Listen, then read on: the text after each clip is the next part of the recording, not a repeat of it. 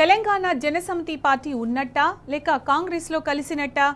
వరుసగా సీఎల్పీ సమావేశాలకు కోదండరాం హాజరవ్వడంలో ఆంతర్యం ఏంటి? ఇంతకు సీఎల్పీ సమావేశానికి కోదండరాంకు ఆహ్వానం అందుతుందా లేక తనకు తానే హాజరవుతున్నాడా? రేవంత్ రెడ్డి దృష్టిలో పడేందుకు కోదండరాం ప్రయత్నిస్తున్నాడా? కోదండరాంని నమ్ముకుని ఎటూ కాకుండా అయిపోయామని ఆ పిడికెడు మంది మదన పడుతున్నారా అంటే అవునని అంటున్నాయి టీజేఎస్ వర్గాలు.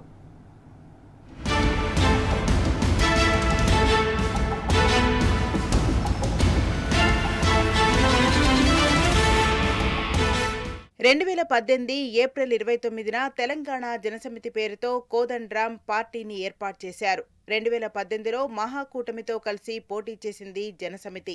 4 స్థానాల్లో ఆ పార్టీకి టికెట్లు కేటాయించగా మరొక 4 స్థానాల్లో ఫ్రెండ్లీ పోటీ అంటూ బరిలో దిగారు. పార్టీ పోటీ చేసిన 8 స్థానాల్లో ఆ పార్టీకి డిపాజిట్లు దక్కలేదు. 2021లో కోదండరాం నల్గొండ, ఖమ్మం, వరంగల్ గ్రాడ్యుయేట్ ఎమ్మెల్సీ అభ్యర్థిగా పోటీ చేసి 3వ స్థానానికి పరిమితమయ్యారు. మునుగోడు ఎన్నికల్లో ఆ పార్టీ బరిలో దిగింది.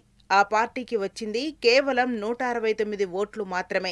తాజాగా 2023లో కాంగ్రెస్ పార్టీతో కలిసి పనిచేయాలని నిర్ణయించారు. కాంగ్రెస్ అధికారంలోకి వస్తే తెలంగాణ జనసమితికి 2 ఎమ్మెల్సీ స్థానాలు, 5 కార్పొరేషన్ పదవులను ఇస్తామని, జిల్లా పరిషత్ పదవులను కట్టబెడతామని హామీ ఇచ్చారట. ఇందుకోసం 2 పార్టీల మధ్య ఒక అగ్రిమెంట్ కూడా అయింది. కాంగ్రెస్ ఇచ్చిన హామీ మేరకు కోదండరాంకు ఎమ్మెల్సీగా అవకాశమిచ్చారు.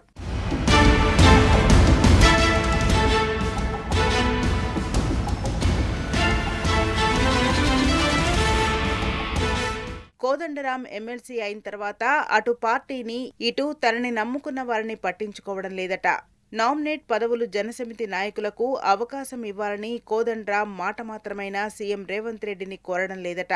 తనకైతే పదవొచ్చిందని ఎవరెటు పోతే నాకేంటి అన్న తీరుతో వ్యవహరిస్తున్నారట కోదండరాం. సీఎం రేవంత్ రెడ్డి దగ్గరికి కోదండరాం ఎప్పుడూ ఒంటరిగానే వెళ్తారట.